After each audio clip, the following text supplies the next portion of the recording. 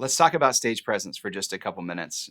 One of the hardest things that I find, especially with services being streamed live and all of the platforms you can watch service back, is man, we can just take shots at ourselves when we're looking at things. And what I want to say is just be aware of stage presence. Be aware in such a way, especially when you're a vocalist on the front. Now, some of us are always default melancholy, like myself, and can tend to be kind of have a furrowed brow and look a certain way.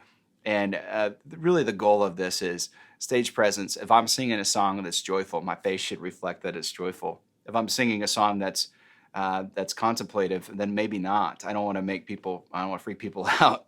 But stage presence comes down to a full awareness. It's being self aware, it's being fully engaged, it's trying to set a tone for our congregation to recognize like we might have to be the joy for that person that day. We might need to be the joyful face that they see because they might not be in that place in their own life. We might need to be the person who's reminding them of confession or whatever the thing is. But stage presence comes down to that.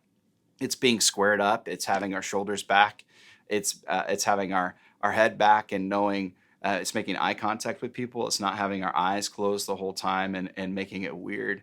We want to be fully engaged. The other thing too with stage presence that I noticed just in a practical way is that display in the back can completely distract us from making eye contact and engaging with people fully. And so I'm hoping in this next season that we can continue to challenge each other and encourage each other stage presence and just awareness of the joy that Jesus stirs up in our lives through his goodness.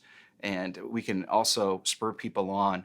We can also be aware of others. Man, you get so much joy when you're leading and you look out and you see people who are just pouring out their praises to God. And it's such an encouraging thing. I know there's those that don't, but don't be discouraged by those who don't show it on their face, because sometimes people just worship different. They contemplate different. They process different. Worship isn't just singing with hands raised and just a broad smile for everyone. Not everyone has that. They're not in that place. But for those of us who lead up front, we want to be keenly aware of our presence and make sure that our presence is setting a tone, that it's matching the lyrics that we're singing, and that we are aware with the eyes open of these incredible people that God has entrusted us with.